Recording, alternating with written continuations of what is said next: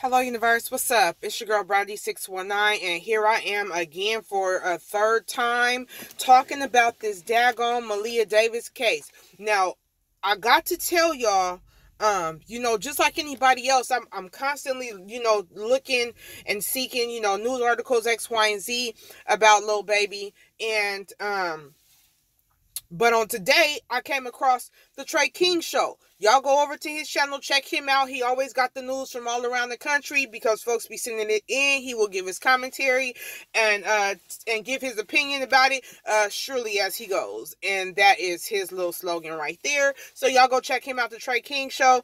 But he played today a little news clipping, and they, brought to the attention, why did baby Malia have brain surgery 2 months ago? They started digging into the facts of the matter and found out that the baby had half of her damn skull removed and was supposed to have been wearing a helmet to help during the healing process. Then they found out that CPS or whatever their family services is, don't came and got involved in the situation already several times. One for they assumed for neglect, and the other one was assuming abuse. Then they said that she had been to the doctor. She was throwing up and wasn't feeling good or something like that. I guess she was they treated her and they let her go. Then another time she had went to the doctor. Supposedly she fell off of a chair and had a gash on her forehead. Another time she went in, I guess, for hitting her head or something like that, and she had blood. Either it was blood on the brain or blood around the skull under the skin of the head or something like that. And for some reason, these people could not confirm abuse, okay, on the parents' behalf. This involves the mama and the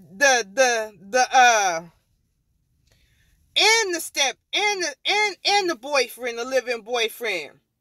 Okay, they want to call him the stepdaddy, but I'm not going for it, okay? So now I'm wondering, did the mama really even go out of town? Or was this a part of a setup as well on her behalf as well? Did they both hurt the child? You feel me? And then set up and concoct this whole little situation, this whole little story. They also said that the children have been placed in the care of a family member. Okay? And that both the boyfriend and the mama was supposed to have been taking a parenting class, which neither one of them had taken, okay? So how these kids both ended up back with both of them, or even just the boyfriend, I have no clue. Okay? Now I'm checking everybody in this situation. Now I want to know what's really going on in this situation. Do the mama got something to do with it? Did she go to the airport and pretend like she had been out of town to create an alibi for herself, and then have him say that they was going to pick her up from the airport to have an alibi for themselves like they was doing? You know what I'm saying? It's not making no daggone sense. And now, since finding out that they've been having child abuse and child neglect allegations for both of them, that's a problem all in itself. Okay? So now, clearly the grandmama know way more than what she letting on, which is why she didn't want to talk about that baby daddy. Not Malia's baby daddy, but the baby, the girl's boyfriend, which they call in Malia's stepdaddy. I believe they have that little boy together. Okay, the 2-year-old, I believe, is probably their kid together. Okay, that's why the grandmama didn't want to talk about him, because then she would have to talk about her daughter as well. Okay, so they don't found the car, but they ain't find no baby yet. They don't say that his story don't have so many holes and it don't change so many times that they know daggone well that this probably ain't gonna end well. Okay?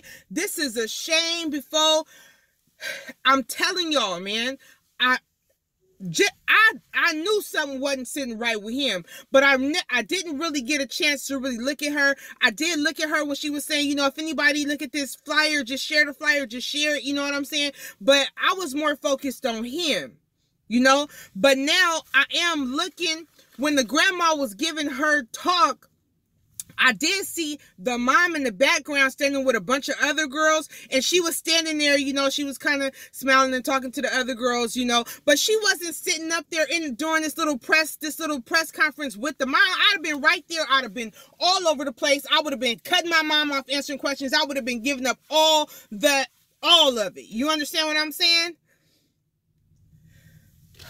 Oh man, this got me heated. This got me so heated, man. Some of y'all need kids like y'all need a hole in your head. Facts. Listen. Oh my God, this got my gut so turned up, man. Y'all got my solar plexus in such a knot, it ain't even making no sense, man. Y'all really need to check. I'm not sure if they checked into the mama's alibi to see if it was legit or not. You know what I'm saying? But at this point, everybody is a suspect at this point. Everybody, down to the family members that let the baby go with the boyfriend, down to the mama who allowed for the girl to be with the boyfriend. All these allegations, all these people seeing these red flags, all these people having jobs to do and not doing their daggone job. If you see a kid keep coming in, that's not normal for kids to keep coming in with head injuries and brain injuries and stomach injuries, and you know what I'm saying? Over to the hospital over and over. I got so many kids of my own, and my kids never go to no hospital for hurting themselves, or need to go for hurting themselves because they feeling malnourished or something like that. That's crazy. If that becomes a constant thing, I feel like even the hospitals dropped the ball. The police dropped the ball. CPS dropped the ball. I mean, damn, what are y'all getting paid to do? A lot of times y'all coming up in houses where people ain't doing half of the stuff, not even a fraction of the stuff that this little girl kept coming in for, and y'all snatching up kids. But the real cases where the kids really need y'all to come snatch them up, y'all act like y'all don't see nothing. Y'all act like y'all too busy. Y'all too busy taking vacations. Y'all too busy to do some real work.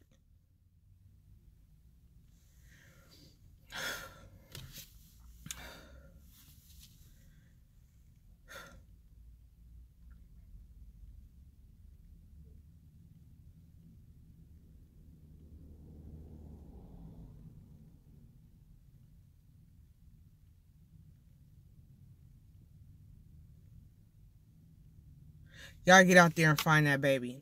Y'all get out there in them woods and y'all go find that baby. Y'all go bust open trash cans and trash bags and go find that baby. Because this ain't looking good. And I hope that if it turns out that way, I hope that that mama be held responsible. We ain't just about to put this off on him.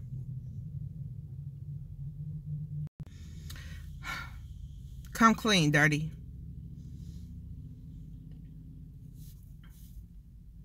Come clean, dirty.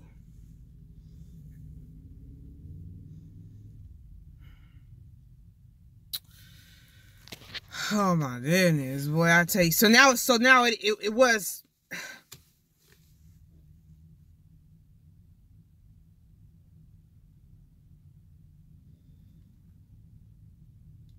You know, at first I had made a joke about the story. Maybe Jesse Smollett helped y'all make this story up. Helped homeboy make this story up. You know what I'm saying? It's one thing. It's all fun and games and fun and jokes. You know what I'm saying? When nobody's really hurt. You know, or a kid is really hurt. You know what I'm saying?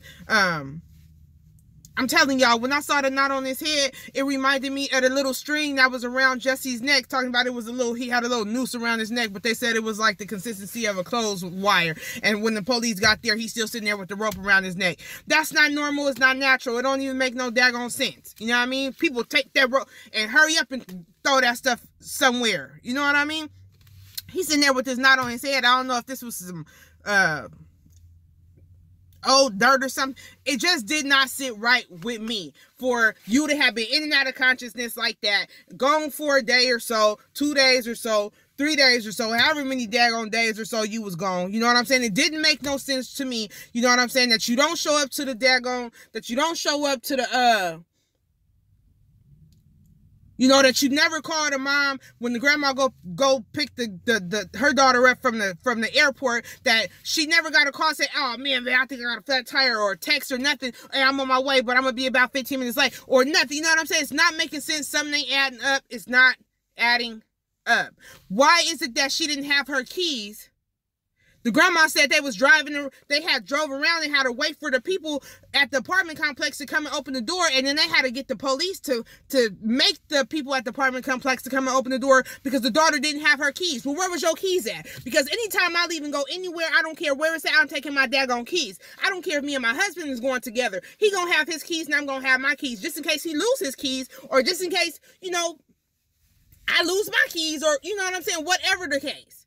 Just in case we get in an argument, he say he about to go jump on the bus and go home, and I'm going to say I'm going to drive my car home.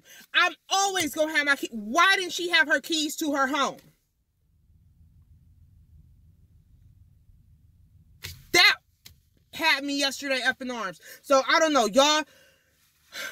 So, not only do y'all keep y'all foot on his neck, but keep y'all foot on her neck, too. Press her, because... okay, well, birds of a feather flock together. How about that?